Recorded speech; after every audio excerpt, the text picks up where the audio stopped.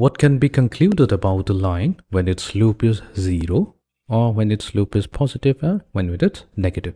Let's try to understand it graphically first. So here we have the coordinate axis.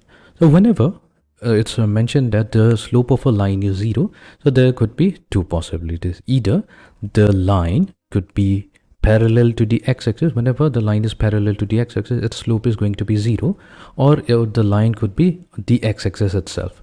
All it means that if we want to find out the angle that it makes with the positive direction of x-axis, either this particular line L1 or the line L2, which is the x-axis itself, we clearly observe that it's making an angle 0. So since it's making an angle 0, so that means theta equals to 0 degree, then we can say here, then tangent of that angle theta, that's going to be equals to 0, which means it has got a 0 slope. The other possibility could be the line is in such a direction, that means it is making an angle, let's say pi or pi radians or 180 degree with the positive direction of x-axis. In that case also, theta, which is pi radians, then tangent of pi is simply going to be equals to 0. So that means these are the two possibilities. That means a line when its slope is 0, it means that the line is either parallel to the x-axis or it could be lying on the x-axis as well. Now let's go to the next case here.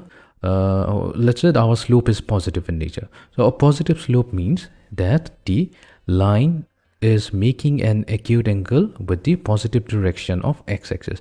So whenever the angle theta, so when theta is acute, it's an acute angle, that in that case, tangent of that angle theta, which is nothing but the slope of the line, this is always going to be positive.